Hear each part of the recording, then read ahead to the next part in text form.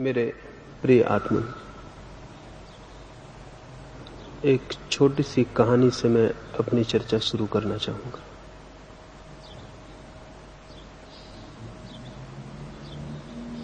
सिकंदर विश्व यात्रा पर निकला हुआ था। भारत की ओर आते समय रास्ते में एक फकीर डायोजनीस से वो मिलने गया था। डायोजनीस की बड़ी ख्याति थी। डायोजनीस एक नग्न फकीर था और सिकंदर उससे मिलने जाए, इसकी खबर भी दूर दूर तक पहुंच गई। बहुत से लोग डायोजनीस के झोपड़े पर इकट्ठे हो गए थे।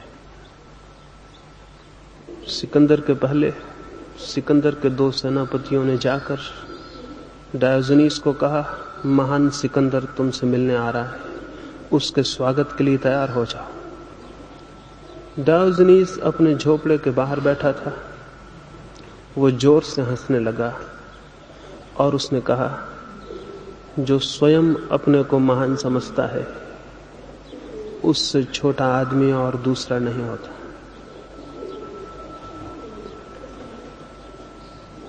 सिकंदर आ गया था। डायोजनीस बाहर बैठा हुआ सुबह की धूप ले रहा था। सर्दी के दिन थे।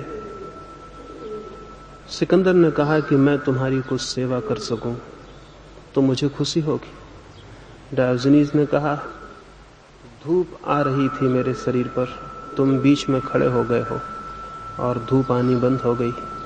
इतनी ही कृपा करो, धूप के मार्ग से हट जाओ। और ये भी प्रार्थना करता हूं, तुम्हारे हाथ में बहुत ताकत मालूम होती है। तुम न मालूम कितने लोगों के जीवन की धूप छीन सकते हो। इतना ध्यान रखना, तुम किसी के जीवन के लिए छाया न बनो तो बड़ी कृपा होगी। सिकंदर को इस तरह की बात सुनने का कोई ख्याल न था। फिर भी उसने कहा, मैं तुमसे मिलकर खुश हुआ हूं और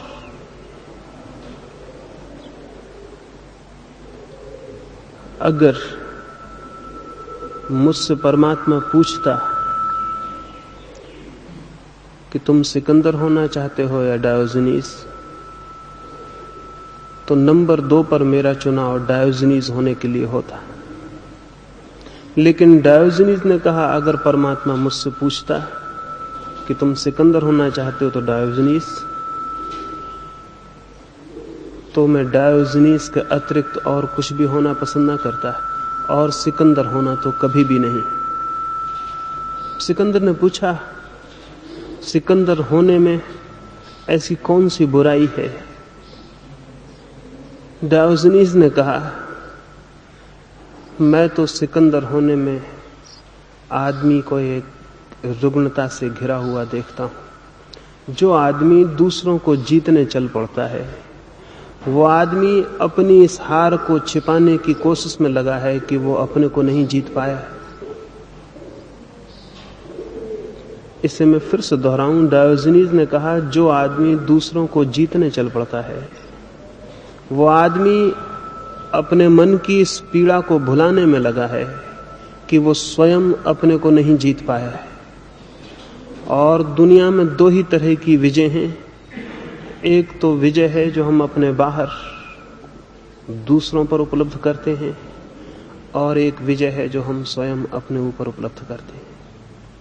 और 2 ही तरह के लोग भी हैं जगत में,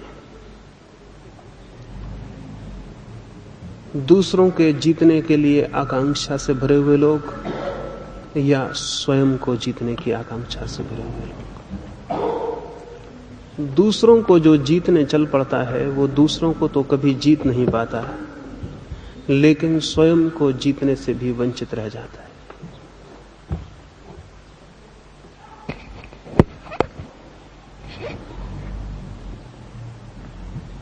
ये घटना इसलिए मैं शुरू में कहना चाहता हूं, हम सारे लोगों के जीवन के समक्ष भी 2 ही तरह के मार्ग होते हैं। एक तो महत्वाकांक्षा का, दूसरों की विजय का मार्ग है। और एक स्वयं की विजय का। अधिकतर लोग दूसरों को जीतने के प्रयास में जीवन की उस संपदा से वंचित ही रह जाते हैं जो स्वयं को जीतने से उपलब्ध होती है। और जो लोग बाहर की विजय में उलझ जाते हैं। मनुष्य के जीवन में दो ही रास्ते हैं, और अधिक लोग महत्वाकांक्षा के, एम्बिशन के रास्ते पर ही चलते हैं। साधारणतः सिकंदर, नेपोलियन या हिटलर जैसे लोग बहुत कम हमें दिखाई पड़ते हैं जो संसार विजय के लिए निकल पड़ते हों। लेकिन हम सारे लोग भी अपनी छोटी छोटी ताकत से संसार विजय में लगे रहते हैं। हम सबकी यात्रा भी दूसरों की विजय के लिए है, और ये समझ लेना बहुत उपयोगी है, जरूरी भी, कि आखिर हम दूसरों की विजय में इतने उत्सुक क्यों हो जाते हैं। चाहे वो विजय धन की हो, चाहे यश की, चाहे पद की। क्यों हमारा मन इतना आतुर हो उठता है इस विजय के लिए? शायद कभी विचार भी न किया हो। विचार करेंगे तो बहुत हैरानी होगी। मनुष्य दूसरों की विजय के लिए इसलिए उत्सुक हो आता है कि अपने भीतर तो वो पाता है एक रिक्तता, एक खालीपन, एक अभाव, एक अंधेरा। भीतर तो कोई संपत्ति नहीं दिखाई पड़ती, न कोई प्रकाश दिखाई पड़ता है, न कुछ पाने जैसी कोई दिशा अनुभव होती है। भीतर तो एक दरिद्रता मालूम पड़ती है। इस दरिद्रता को भरने के लिए वो बाहर की समृद्धि के पीछे आतुर हो उठता है। भीतर तो कुछ भी दिखाई नहीं पड़ता, जो भी दिखाई पड़ता है वो बाहर है। लेकिन भीतर एक रिक्तता की, एक कमी, एक एम्प्टीनेस का अनुभव जरूर होता है। ऐसा लगता है जिससे भीतर कुछ भी नहीं है, एक अभाव है। ये अभाव पीड़ा देता है। इस अभाव को भर लेने के लिए मन आतुर हो उठता है। कैसे भरें इस अभाव को जो भीतर है? ऐसा प्रतीत नहीं होता कि भीतर मैं कुछ हूं। भीतर पैर रखने को कोई भूमि नहीं दिखाई पड़ती, कोई सहारा नहीं दिखाई पड़ता, कोई संगी साथी नहीं दिखाई पड़ता। भीतर एकदम असहाय, एक हेल्पलेसनेस मालूम होती है। अगर हम अकेले अपने भीतर छोड़ दिए जाएं तो हम घबरा उठेंगे। ऐसे भी हम घबराए हुए रहते हैं।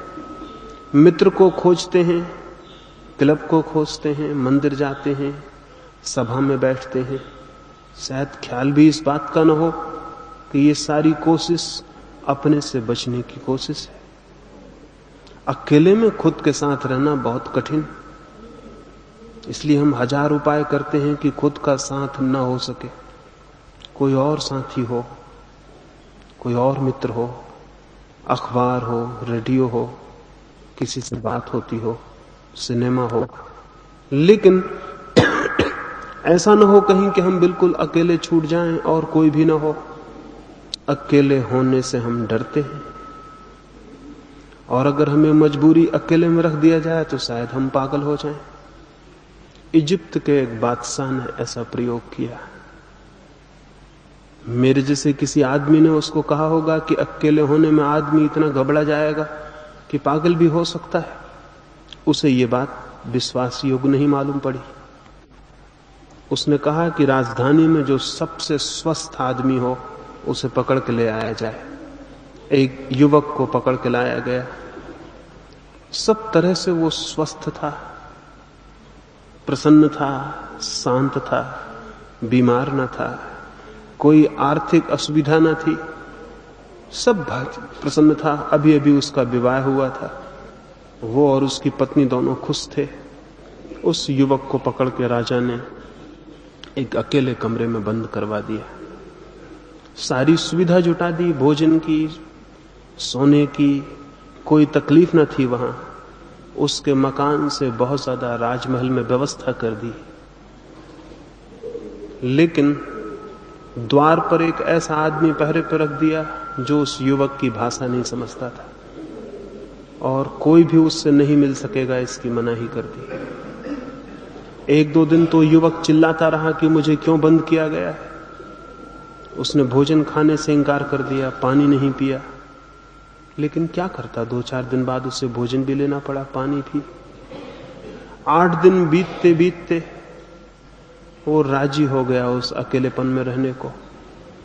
लेकिन 1 महीना पूरा नहीं हो पाया था कि राजा के लोगों ने राजा को खबर दी, युवक में पागलपन के लक्षण आने शुरू हो गए। उसने अपने से ही बातें शुरू कर दी। जब कोई और न मिले बात करने को तो आदमी अपने से ही बातें शुरू कर देगा।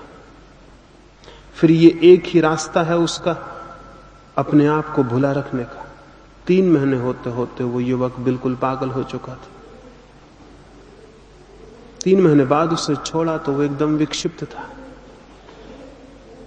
क्या हो गया था उसे? अपने को भूलने का उसे 3 महीने तक कोई उपाय नहीं मिल सका। कोई भी स्वस्थ आदमी ऊपर से दिखाई पड़ता हो भला, भीतर एक गहरी अस्वस्थता है। उससे हम बचना चाहते हैं, उससे हम एस्केप करना चाहते हैं, पलायन करना चाहते हैं। एक आदमी नशा करने लगता है, एक आदमी भजन कीर्तन करने लगता है। दोनों बातें हमें भिन्न भिन्न मालूम पड़ती हैं, दोनों बातें भिन्न भिन्न नहीं हैं।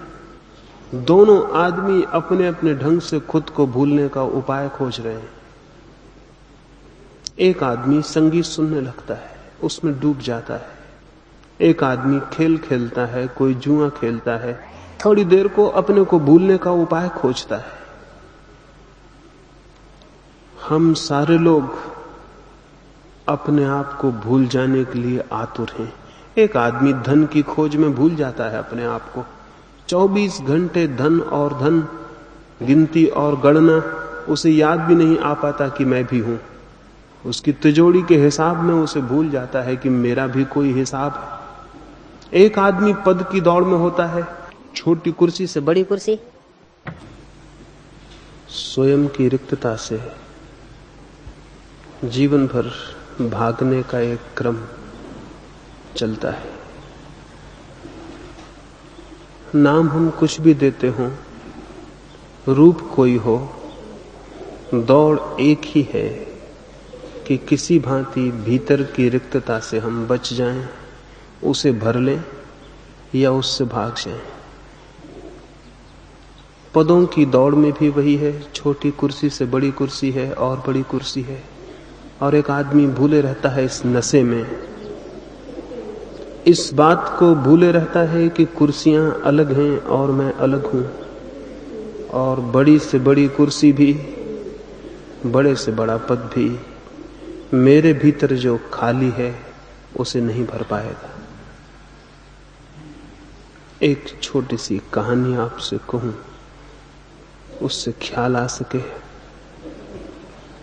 एक सम्राट के द्वार पर एक भिखारी ने सुबह ही सुबह आकर भिक्षा मांगी। भिक्षा पात्र फैलाया, सम्राट द्वार पर ही खड़ा था। उसने अपने चाकरों को कहा कि जाओ इसके भिक्षा पात्र को अन्न से भर दो। लेकिन उस भिखारी ने कहा, एक शर्त पर मैं भिक्षा लेता हूं, मेरा पात्र पूरा भरोगे ना? अधूरा भरा हुआ पात्र लेकर मैं नहीं जाऊंगा। राजा हंस पड़ा। उसने कहा, शायद तुझे पता नहीं, तू इस देश के सबसे बड़े सम्राट के द्वार पर भिक्षा मांग रहा है। क्या तू सोचता है तेरे इस छोटे से पात्र को भी हम भर ना सकेंगे? उस भिखारी ने कहा, बहुत बड़े बड़े सम्राटों के द्वार पर मैंने भिक्षा मांगी, अब तक कोई भी भरने का वचन नहीं दे सका।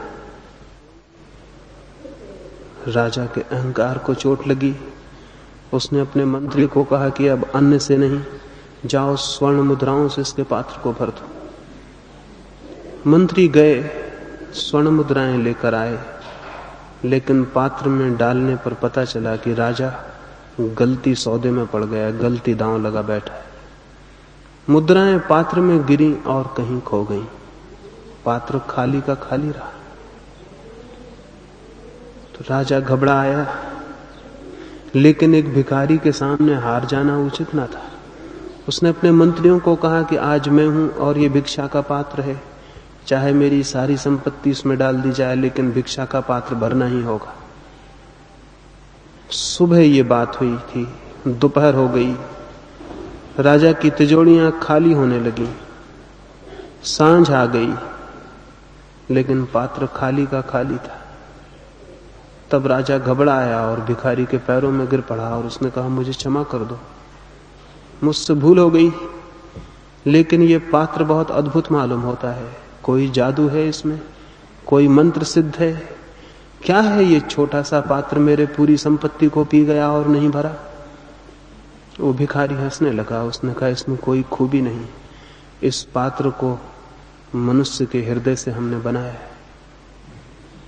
मनुष्य का हृदय कभी नहीं भरता, ये पात्र भी कभी भरने को नहीं। ये कहानी मैंने सुनी थी और बहुत इस पर सोचता रहा। सच में ही किसी मनुष्य के हृदय का पात्र कब भरता है? कितनी ही संपदा मिले, कितना ही यश, कितना ही पद, जीवन में कितनी ही जीत मिल जाए, मनुष्य का मन का पात्र खाली का खाली रह जाता। अंतिम क्षणों में भी मृत्यु जब द्वार पर दस्तक देती है, तब भी हम अपने भिक्षा का खाली पात्र लिए हुए किसी के सामने खड़े रहते हैं। तब भी हम मांग रहे होते हैं, तब भी वही काम जारी रहता है कि कोई भर दे, लेकिन अब तक कोई किसी के पात्र को नहीं भर पाया है। इसी की दौड़ है, इसी की खोज है, और जब सब खोज असफल हो जाती है, सब दौड़ व्यर्थ हो जाती है और सब द्वारों पर मांग कर भी हम खाली के खाली रह जाते हैं, तो उस विफलता में ही विषाद पैदा होता है, चिंता पैदा होती है, दुख पैदा होता है। दुख अपने को न भर पाने की असफलता के अतिरिक्त और कुछ भी नहीं। इसीलिए तो बुद्ध और महावीर जैसे लोगों को भी दुख का अनुभव होता है। जिनके पास सब कुछ था उन्हें भी।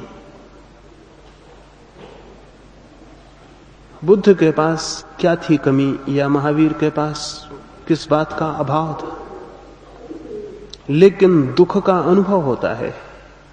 दुख का अनुभव इसी असफलता से होता है कि हम अपने को सारा श्रम करने के बाद भी विफल पाते हैं, नहीं भर पाते।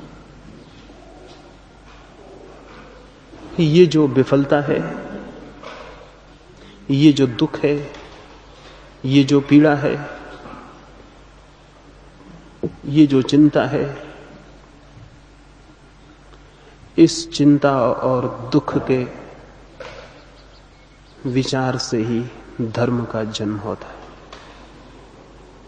जो व्यक्ति मन के इस स्वभाव को समझता है कि ये नहीं भरा जा सकेगा, वही व्यक्ति धर्म की खोज में, वही व्यक्ति उस सत्य की खोज में निकलता है जो स्वयं के भीतर है। बाहर तो हम पाते हैं असफलता, क्या भीतर सफलता मिल सकती है? बाहर मांग कर तो पाते हैं कि पात्र अधूरा और खाली रह जाता है, क्या भीतर भी कोई स्रोत हो सकता है जहां पात्र भर जाए? जो लोग बाहर की दौड़ पर असफल होकर भीतर लौटते हैं, भीतर खोजते हैं, भीतर की संपदा की जिज्ञासा करते हैं, भीतर खोदने की कोशिश करते हैं कि क्या वहां भी कुछ हो सकता है, उन थोड़े से लोगों ने एक अद्भुत रहस्य खोज लिया है, और वो ये कि जो बाहर नहीं मिलता है वो भीतर मिल जाता है। अब तक मनुष्य जाति के पूरे इतिहास में एक भी व्यक्ति ये कहने में समर्थ नहीं हुआ कि मैंने बाहर खोजा और मुझे आनंद मिला हो, मैंने बाहर खोजा और मैं तृप्त हो गया हूं, मैंने बाहर खोजा और मैंने सफलता पाली। एक भी व्यक्ति ये नहीं कहने में समर्थ हो सका है। निरपवाद रूप से सारी मनुष्य जाति का अनुभव यही है, लेकिन फिर भी हर मनुष्य यही सोचता है कि शायद मैं एक अपवाद, मैं एक एक्सेप्शन सिद्ध हो जाऊं। किसी और को नहीं मिला है, लेकिन शायद मुझे मिल जाए। और ये अपवाद का धोखा ही हर मनुष्य को उस यात्रा पर ले जाता है जो हजारों वर्षों से असफल है। जिस यात्रा में कोई सफल नहीं होता, फिर भी एक एक व्यक्ति यही सोचता है शायद मैं भिन्न सिद्ध हो जाऊं। सिकंदर हार गए होंगे, लेकिन मैं शायद न हारूं। अरब में एक कहावत है, परमात्मा जब लोगों को बना के भेजता है दुनिया में, तो हर आदमी को बनाने के बाद उसके कान में एक सूत्र जरूर बोल देता है। वो ये कह देता है हर आदमी को, तेरे जैसा आदमी मैंने कोई दूसरा नहीं बनाया, तू अनूठा है। और ये बात वो हर एक के कान में बोल देता है। और ये एक बड़ा गहरा मजाक है। हर आदमी को ये ख्याल होता है मैं एक अपवाद हूं, जो कोई भी नहीं कर सका वो मैं कर सकूंगा, जो कोई भी नहीं पा सका वो मैं पा सकूंगा, जो किसी जीवन में संभव नहीं हुआ वो मेरे लिए संभव होगा। ये अहंकार का बोध, ये ईगो, ये अस्मिता की मैं कर लूंगा जो किसी को नहीं हुआ, फिर एक जीवन को असफल बना देती। ये जानना जरूरी है कि मनुष्य का स्वभाव एक जैसा है। मनुष्य के स्वभाव में भेद नहीं है। और अगर मनुष्य का स्वभाव ही बाहर के जगत में असफल होने को बाध्य है, तो मैं भी अपवाद नहीं हो सकता। इतना चिंतन जिसके भीतर पैदा हो, वो भीतर लौटने में समर्थ हो सकता है। और शायद जैसा कि हुआ आज तक, जो लोग भीतर गए हैं उनमें से भी कोई ये नहीं कह सका कि मैं भीतर गया और खाली हाथ लौटा हूं। जो भीतर गया है उसने पाया है कि वो पात्र जो हमेशा खाली था भर गया है। सिकंदर मरा, शायद आपको पता हो, जिस नगर में उसकी अर्थी निकली सारे लोग हैरान हो गए। अर्थी के दोनों हाथ उसके बाहर लटके हुए थे। हर कोई पूछने लगा कि अर्थी के बाहर क्यों हाथ लटके हुए हैं, हमेशा अर्थी के भीतर हाथ होते हैं। तो पता चला कि सिकंदर ने मरते वक्त कहा था कि मेरे हाथ अर्थी के बाहर लटकाए रखना, ताकि हर आदमी देख ले मैं भी खाली हाथ जा रहा हूं, मेरे हाथ भरे हुए नहीं। लेकिन सिकंदर को मरे सैकड़ों वर्ष हो गए, उसके अर्थी के बाहर लटके हुए हाथ कौन देख पाया? किसको ये ख्याल आया कि सिकंदर एक असफलता है? किसी को भी नहीं। हमें ये भ्रम ही है कि बहुत धन उपलब्ध हो, बहुत पद, बहुत यश, बाहर के जगत में एक साम्राज्य स्थापित हो जाए हमारी अस्मिता का, तो शायद कमी पूरी हो जाएगी। लेकिन ये कमी पूरी नहीं होनी है, क्योंकि दारिद्र है भीतर और संपत्ति होती है बाहर, उसका कोई मिलन नहीं हो पाता। खालीपन है भीतर और भरते हैं जिन वस्तुओं से वो भीतर पहुंचाई नहीं जा सकती। धन को भीतर ले जाने का कोई उपाय? धन आपके भीतर कैसे पहुंचेगा? पहुंच जाएगा आपकी तिजोरी में, लेकिन आपके भीतर कैसे पहुंचेगा? यश कैसे आपके भीतर पहुंचेगा? जो बाहर खोजा जाता है उसे भीतर ले जाने का कोई भी मार्ग नहीं। इसलिए बाहर ढेर लगता जाता है हमारी समृद्धि का, और भीतर हमारी दरिद्रता पूर्ववत ही बनी रहती है, उसमें कोई फर्क नहीं पड़ता है। अभी कुछ ही वर्ष हुए अमेरिका का एक बहुत बड़ा करोड़पति एंड्रू कार्नेगी मरा। मरते वक्त उसके पास कोई 4 अरब रुपए की संपत्ति थी। संभवतः अमेरिका में सबसे बड़ी संपत्ति उसी के पास थी। 4 अरब रुपए छोड़कर वो आदमी मरा। मरने के 2 ही दिन पहले उसकी जीवन कथा लिखने वाले लेखक ने उसको पूछा कि आप तो तृप्त हो गए होंगे, इतनी संपत्ति आप इकट्ठी कर पाए। एंड्रू कार्नेगी ने उदासी से कहा, कहां तृप्त हो गया, जरा भी तृप्त नहीं हुआ। 10 अरब रुपया छोड़ने का मेरा इरादा था और मैं केवल 4 अरब ही इकट्ठे कर पाया। क्या आप सोचते हैं एंड्रू कार्नेगी के पास 10 अरब रुपए होते तो बात हल हो जाती?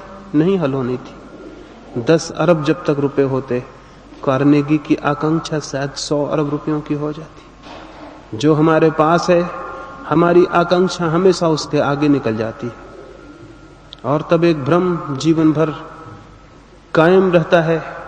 जीवन भर हम दौड़ते भी हैं और हर दौड़ के बाद हम पाते हैं मंजिल और आगे निकल गई है, हम फिर हमेशा पीछे रह जाते हैं। आदमी हमेशा पीछे रह जाता है, आकांक्षा हमेशा आगे निकल जाती है।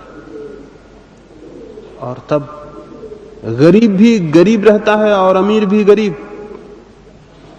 वे तो दरिद्र हैं ही जो सड़कों पर भिक्षा मांगते हैं, वे भी दरिद्र रह जाते हैं जिन्हें सम्राट होने का भ्रम पैदा होता है। भीतर की दरिद्रता में कोई फर्क नहीं पड़ता है। धर्म की जिज्ञासा शुरू होती है इसी तथ्य से कि क्या ये जो भीतर हमारे एक दरिद्र बैठा हुआ है, एक भिखारी, क्या ये भिखारी मिट सकता है?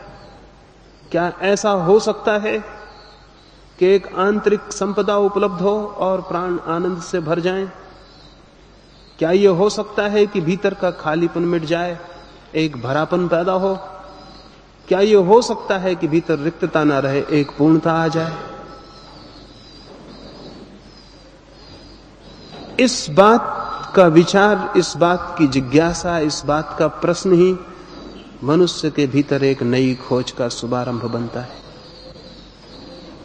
लेकिन शायद हम पूछते ही नहीं, शायद कभी हम रुक के 2 क्षण ठहरते भी नहीं कि जीवन की धारा पर प्रश्न कर लें, देख लें कि क्या हमने पाया है, हिसाब कर लें। कभी 2 क्षण रुक के पीछे लौट के देख लें। अब यहां इतने लोग हैं, किसी की 10 वर्ष उम्र होगी, किसी की 60 वर्ष भी, लेकिन न 10 वर्ष वाला सोचता है कि 10 वर्षों में मैंने क्या पा लिया, और न 60 वर्ष वाला सोचता है कि मैंने 60 वर्षों में क्या पा लिया। मेरे हाथों में क्या है? कहीं वे खाली ही तो नहीं है। मेरी उपलब्धि क्या है? कुछ मकान मैंने खड़े कर लिए हैं, वे उपलब्धि होंगे। कुछ जमीन पर मैंने घेरा बांध लिया है, वो मेरी उपलब्धि है। कुछ संपदा मैंने बटोर ली है, वो मेरी उपलब्धि है। मेरी उस उपलब्धि से क्या वास्ता है, क्या संबंध है? मौत मेरी उस उपलब्धि से मुझे दूर कर देगी। जीवन भर जिसे मैंने इकट्ठा किया था, मृत्यु उससे मुझे जुदा कर देगी। तो क्या कुछ ऐसा भी मेरे पास है जिसे मृत्यु दूर ना कर सके? अगर ऐसा कुछ भी हमारे पास है जिसे मृत्यु दूर ना कर सके, तो उसी संपदा का नाम आत्मा है। उसी संपदा का नाम परमात्मा है जिसे मृत्यु हमसे दूर ना कर सके। मृत्यु की कसौटी पर हमेशा जीवन की उपलब्धि को जो कस लेता है, वो पाएगा कि जिसे उसने धन समझा है, जिसे उसने यश समझा है, जिसे उसने सोचा है कि मेरा पाना है, वो उसे मिट्टी दिखाई पड़ेगा। लेकिन मृत्यु की कसौटी पर हम कसते नहीं। इसलिए मैं आज की सुबह इस चर्चा में आपसे ये निवेदन करना चाहूंगा, फिर आने वाली 3 चर्चाओं में आपसे उस पर विस्तार से बात हो सकेगी। मृत्यु की कसौटी ही सबसे बड़ी कसौटी है मनुष्य के समक्ष, जिस पर वो कस के देख ले कि उसके पास सोना है या मिट्टी। जो चीज मृत्यु की कसौटी पर व्यर्थ हो जाती हो, उसे वो जान ले कि वो मिट्टी है। क्योंकि मृत्यु की ताकत केवल मिट्टी पर ही चल सकती है, जीवन पर मृत्यु की कोई ताकत नहीं चल सकती। अगर हमारे पास कोई जीवन की संपत्ति हो, तो मृत्यु वहां हार जाएगी और व्यर्थ हो जाएगी। लेकिन हमारे पास तो जो भी है वो सब मृत्यु की कसौटी पर मिट्टी सिद्ध होता है। फिर भी लेकिन हम अंत घड़ी तक उसी को सोचे चले जाते हैं। शायद कभी ख्याल पैदा नहीं होता, शायद सभी लोग एक दौड़ में हैं इसलिए ख्याल पैदा नहीं होता। हम यहां इतने लोग हैं, अगर हम सभी एक ही बीमारी से परेशान हो जाएं तो थोड़े दिनों में हमें उस बीमारी का पता होना बंद हो जाएगा, क्योंकि सभी उस बीमारी में होंगे। बीमारी का पता चल सकता है अगर एक आध बीमारी में हो। पूरी मनुष्य जाति एक रुग्णता से पीड़ित हो तो पता चलना मुश्किल हो जाता है। मैंने सुना है एक गांव में 2 कुएं थे, एक गांव का कुआं था और एक राजा के महल का। एक जादूगर उस गांव से निकला और उसने गांव के कुएं में कुछ छोड़ दिया और कहा कि अब जो भी इसका पानी पिएगा वो पागल हो जाएगा। मजबूरी थी, लेकिन सांझ तक लोगों को पानी पीना ही पड़ा, प्यासे हुए कब तक रहते। और धीरे धीरे पूरा गांव पागल हो गया। सिर्फ राजा, उसका वजीर, उसकी रानी पागल नहीं हुए, उनका कुआं अलग था। लेकिन सांझ को गांव के जो सारे लोग पागल हो गए थे वो ये विचार करने लगे कि मालूम होता है राजा का दिमाग खराब हो गया, क्योंकि राजा पूरे गांव से अलग मालूम पड़ने लगा, पूरा गांव पागल हो गया था। संध्या उन्होंने महल के सामने बड़ी सभा इकट्ठी की और उन्होंने विचार किया कि पागल राजा को गद्दी से उतारना पड़ेगा, पागल राजा के नीचे नहीं रहा जा सकता। राजा बहुत घबराया, वो अपनी छत पर खड़ा था। उसने अपने बूढ़े वजीर को कहा कि अब क्या किया जाए, पूरा गांव पागल हो गया है, लेकिन चूंकि पूरे गांव पागल हो गया है इसलिए अभी मानने को कौन राजी होगा कि वो पागल हैं और हम ठीक हैं। वजीर ने कहा एक ही रास्ता है अपने को बचाने का, हम भी उसी कुएं का पानी पी लें। वे भागे हुए गए, उन्होंने उस कुएं का पानी पी लिया। फिर उस रात उस गांव में बड़ा जलसा हुआ और उस जलसे में सभी लोगों ने राजा के गले में हार पहनाए और भगवान को धन्यवाद दिया कि राजा का दिमाग ठीक हो गया, क्योंकि सारा गांव पागल था। मनुष्य की पूरी पीढ़ियां बाहर की दौड़ की रुग्णता से पीड़ित हैं। इसलिए जब कभी कोई आदमी एक आध भीतर की बात कहता है तो वो हमें पागल ही मालूम पड़ता है। हम गांधी को अकारण गोली नहीं मार देते, ये किसी एकाध गोंडसे का सवाल नहीं है कि कोई गोली मार देता है। हम क्राइस्ट को ऐसे ही सूली पर नहीं लटका देते, ये कोई 2-4-10 पागलों का काम नहीं है। हम सुकरात को ऐसे ही जहर नहीं पिला देते, इसके पीछे बुनियादी कारण है। ये लोग हमें पागल मालूम पड़ते, ये लोग हमारे बीच के नहीं मालूम पड़ते, ये आउटसाइडर्स मालूम पड़ते। हम एक दुनिया में हैं, ये कुछ अलग आदमी मालूम पड़ते। ये लोग कुछ गड़बड़ मालूम पड़ते हैं, अजनबी मालूम पड़ते हैं। ये हमारे बीच रहें तो हमें मालूम होता है ये सारी जीवन को गड़बड़ कर देंगे, इनकी बातें कुछ ठीक नहीं मालूम पड़ती। इसलिए जरूरी हो जाता है कि हम में से कोई एक उठे और इनको समाप्त कर दे। इधर 10,000 वर्षों में हमारे भीतर जो स्वस्थ आदमी था वो हमें पागल मालूम हुआ, क्योंकि हम सारे लोग एक बहुत बड़ी गहरी पागल दौड़ में हैं। हमारी दौड़ का अंत तक कोई सिलसिला नहीं टूटता है। आखिरी क्षण तक भी हम वही सोचे चले जाते हैं जिसका जीवन की गहराइयों से कोई भी नाता नहीं है। जिसका जीवन की गहराइयों से नाता है उसकी छाया भी हमारे जीवन में कभी नहीं उतरती। एक धनपति बीमार था, मरणासन्न था, अंतिम क्षणों की प्रतीक्षा कर रहा था। जीवन भर धन और धन और धन उसकी दौड़ रही थी। कभी उसने और तरफ आंख उठा के देखा हो, यह भी उसके गांव के लोगों को पता ना था। वो मर रहा था, आखिरी क्षण थे, उसने आंख खोली और अपनी पत्नी को पूछा मेरा बड़ा लड़का कहां है। पत्नी के मन में बड़ा आह्लाद हुआ। ये पहला मौका था कि उसने किसी के बाबत कुछ पूछा था, ये पहला मौका था उसने प्रेम दर्शाया था। शायद अंतिम क्षणों में उसके हृदय में प्रेम उठा है, वो अपने लड़कों के बाबत पूछ रहा है। उसकी पत्नी की आंखों में आंसू भर आए। उसने कहा, आप चिंतित न हो, बड़ा लड़का आपके पास बैठा हुआ है। उसने पूछा, और उससे छोटा कहां है? पत्नी ने कहा, वो भी मौजूद है। उससे छोटा, उसके 5 लड़के थे। उसने कहा, सबसे छोटा कहां है? तो वो भी आपके पैर तले मौजूद है, आप चिंतित ना हो, सब मौजूद हैं, आप घबराएं ना। वो आदमी जो मरने के करीब था उठ के बैठ गया और उसने कहा, इसका क्या मतलब? फिर दुकान पर कौन बैठा हुआ है? अगर ये 5 यहीं मौजूद हैं तो फिर दुकान पर कौन बैठा हुआ है? पत्नी भूल में थी, वो सोचती थी ये प्रेम की वजह से याद आ रही है बात। वो आदमी इसका पता लगा रहा था कि इस वक्त भी कोई दुकान पर मौजूद है या नहीं। ये पूछ के वो आदमी मर गया। ये वो पूछा कि दुकान पर फिर कौन बैठा हुआ है, और वो आदमी मर गया। इस आदमी के बाबत हम क्या सोचेंगे? यह आदमी कितना दीनहीन आदमी था। इस पर कितनी दया आए उतनी ही थोड़ी है। इसका जीवन कैसा जीवन रहा होगा? मृत्यु के क्षण में भी न तो प्रेम था, न प्रार्थना थी, न परमात्मा था, पैसा था। और ये स्वाभाविक है, जिसकी जीवन की पूरी धारा पैसे से जुड़ी रही हो, अंतिम क्षण में वो प्रेम से जुड़ भी नहीं सकता है। चित्त तो एक श्रृंखला है, एक कंटिन्यूटी है। गंगा बह रही है। कोई अगर ये कहे कि हिमालय पर तो गंगा गंदी होती है, प्रयाग में गंदी होती है, अपवित्र होती है, सिर्फ काशी के घाट पर आगे पवित्र हो जाती है, आगे फिर अपवित्र हो जाती है, तो हम कहेंगे तुम पागल हो, क्योंकि गंगा तो एक सतत धारा है। ये नहीं हो सकता कि काशी के पहले अपवित्र हो, काशी के बाद फिर अपवित्र हो जाए, सिर्फ काशी के घाट पर पवित्र हो उठे। ऐसा कैसे होगा?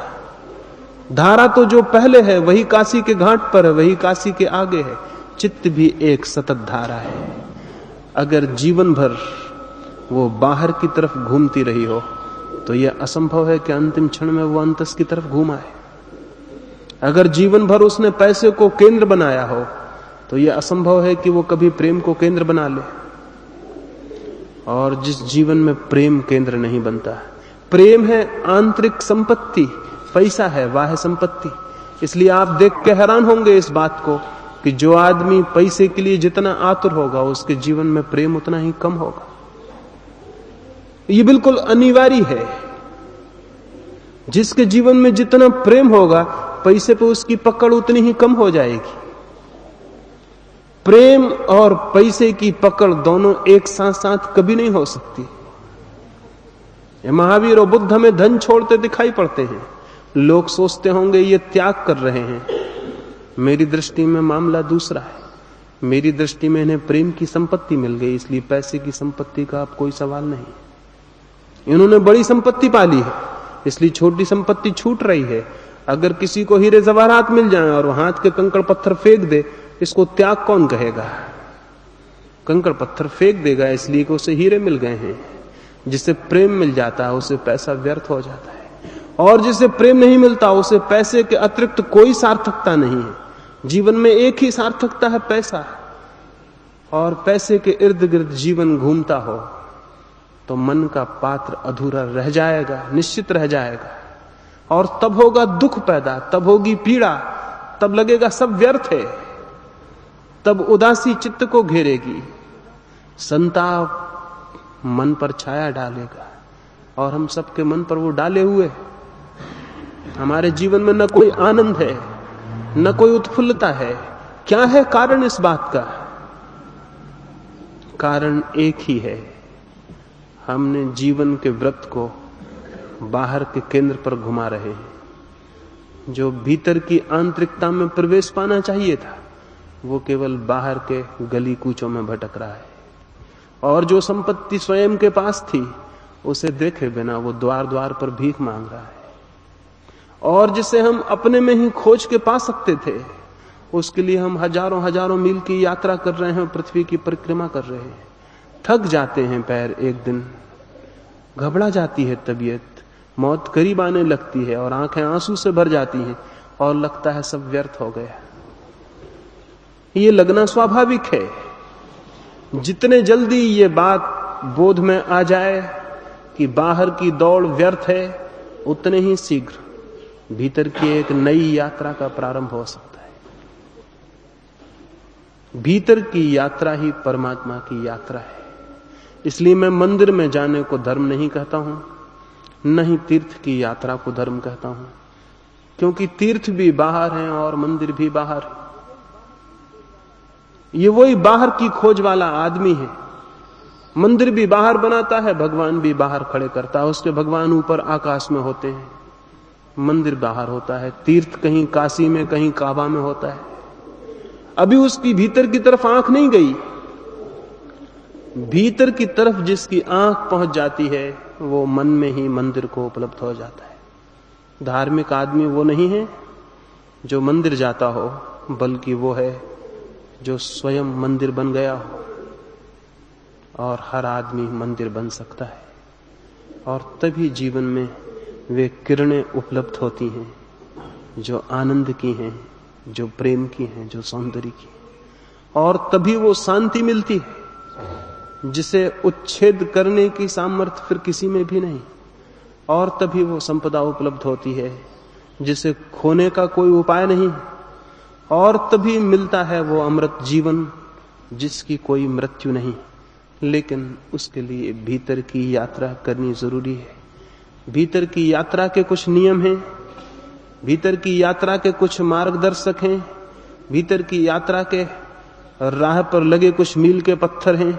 उनकी हम आने वाली 3 चर्चाओं में बात करेंगे। अभी तो इतना ही मुझे आपसे कहना था सुबह की इस बात में। बाहरी खोजते न रह जाना, क्योंकि बाहर कितनी ही संपदाएं दिखाई पड़े, वे मन के पात्र को कभी भी नहीं भर पाती। एक रात एक छोटे से गांव में, एक छोटे से झोपड़े के भीतर से जोर से आवाज आने लगी, आग लगी है, मेरे भीतर आग लगी है। कोई रो रहा है, छाती पीट रहा है और जोर से चिल्ला रहा है। सारे गांव के लोग जाग गए और उस झोपड़े की तरफ भागे। झोपड़े में अंधकार था, आग तो दूर, वहां कोई दिया भी एक जला हुआ नहीं था। लोगों ने दरवाजे हटाए, अंदर गए। एक बूढ़ी औरत चिल्ला रही थी, रो रही थी। उन लोगों ने कहा, पागल, आग कहां लगी है, हमें बता। कुछ लोग दौड़ के बाल्टियों में पानी भर लाए थे। उन्होंने कहा, कहां आग है, हम उसे बुझा देंगे। वो बूढ़ी औरत जो रोती थी हंसने लगी और उसने कहा, पागलो, अगर आग बाहर होती तो मुझे भी कुएं का रास्ता मालूम है, मेरे घर में भी बाल्टी है, मैं उसे बुझा लेती। लेकिन आग भीतर लगी और तुम मेरी आग नहीं बुझा सकोगे, क्योंकि जो मेरे भीतर है उसे बुझाने का उपाय मुझे ही करना होगा। और निवेदन मुझे ये करना है कि मेरे ही भीतर आग लगी होती तो भी ठीक था, तुम्हारे घर में भी भीतर आग लगी है, जाओ और वहां खोजो। वे लोग गुस्से में बड़बड़ाते हुए अपने घर चले गए कि उसने व्यर्थ उनकी नींद खराब कर दी, और जाके सो गए। अक्सर मैं जो बातें कहूंगा 3 दिन में, उनमें भी आप से बहुतों को ऐसा लगेगा व्यर्थ हमारी नींद खराब कर दी, और आप भी अपने घर जाके आराम से सो जाएंगे। अक्सर ऐसे ही होता रहा है। लेकिन अगर किसी की नींद टूट जाए इन बातों से, कोई घबरा के बेचैन हो जाए, किसी के भीतर बहुत तीव्र असंतोष जलने लगे, और किसी को ऐसा लगने लगे कि जीवन सचमुच एक आग पर चढ़ा हुआ है, तो निश्चित ही उसके भीतर उस पीड़ा से, उस दुख से, उस आग लगे होने के बोध से वो संकल्प पैदा हो जाता है जो मनुष्य को आग के बाहर ले जाने में समर्थ है, असंतोष के बाहर ले जाने में समर्थ है। हमारी प्यास और हमारी पीड़ा ही हमें ऊपर उठने का मार्ग बनती है। तो इधर 3 दिनों में कोशिश करूंगा कि हम जो संतोष से जिए चले जा रहे हैं वो टूट जाए, क्योंकि संतोष बहुत झूठा है। ये उतना ही झूठा है जैसे सुबह कोई आपसे पूछता है, आप ठीक तो हैं, और आप कहते हैं बिल्कुल ठीक। बिल्कुल झूठी बात कहते हैं। हर आदमी यही कहता है बिल्कुल ठीक हूं। अगर ये बात सच होती तो दुनिया ठीक होनी चाहिए थी, लेकिन हम सब जानते हैं ये कहने की बात है कि हम बिल्कुल ठीक हैं। हम जरा भी ठीक नहीं। जब भी कोई मिलता है, आप मुस्कुरा के मिलते हैं, उससे भ्रम पैदा होता है जैसे मुस्कुराहट आपकी जिंदगी में होगी। सच्चाई यह है कि भीतर सिवाय रुदिन के और कुछ भी नहीं है, आंसुओं के सिवा कुछ भी नहीं है। लेकिन हम ऊपर की मुस्कुराहट से भीतर के इन सब आंसुओं को छिपा लेने में इतने होशियार हो गए हैं कि दूसरों को तो हम धोखा देने में समर्थ हो ही जाते हैं, निरंतर दूसरों को धोखा देते खुद को भी धोखा देने में हम समर्थ हो जाते हैं। और ऐसा भ्रम पैदा हो जाता है हम खुश हैं, हम प्रसन्न हैं, हम आनंदित हैं। सारा जीवन हमारा एक झूठा संतोष है, एक फॉल्स कंसोलेशन है, जहां सच्चाई जरा भी नहीं। 3 दिन में कोशिश करूंगा ये झूठा संतोष आपका टूट जाए और आपके भीतर एक असंतोष पैदा हो। क्योंकि स्मरण रहे, जब तक कोई सामान्य जीवन से असंतुष्ट नहीं हो जाता तब तक सच्चे जीवन की खोज शुरू नहीं हो सकती। इसलिए जो लोग कहते हैं धर्म एक संतोष है, मैं आपसे कहूंगा वो एकदम ही गलत और झूठी बात कहते हैं। धर्म तो एक बहुत गहरा असंतोष है, एक बहुत डिवाइन डिस्कंटेंट, एक बहुत गहरा असंतोष है भीतर, उससे ही धर्म की शुरुआत होती। लेकिन हमने तो धर्म को जरूर एक संतोष बना रखा है। जो लोग धर्म को संतोष समझते हैं उनके जीवन डबरों की भांति हो जाते हैं जिनमें पानी गंदा हो जाता है। लेकिन जो लोग जीवन को एक गहरा असंतोष समझते हैं, निरंतर पार हो जाने के लिए और पार और ऊपर उठ जाने के लिए, उनका जीवन एक सरिता बन जाता है जो पहाड़ियों, घाटियों, मैदानों को पार करती है। इस खोज में, इस तलाश में कि किसी दिन उसे अनंत सागर का मिलन हो सके। असंतोष का जीवन जो निरंतर जीवन की क्षुद्र संतोषों से ऊपर उठता चला जाए, पार करता चला जाए, वही किसी दिन परमात्मा के उस सागर को उपलब्ध होता है जो कि वास्तविक संतोष और शांति है। इधर इन 3 दिनों में इस संबंध में आपसे बात करूंगा। ये तो बिल्कुल प्रारंभिक थोड़े से शब्द हैं, इसके बाद चर्चा हो सकेगी। मेरी बातों को इतने शांति और प्रेम से सुना है, उससे बहुत बहुत अनुग्रहित हूं। सबके भीतर बैठे हुए परमात्मा को प्रणाम करता हूं, मेरे प्रणाम स्वीकार करें।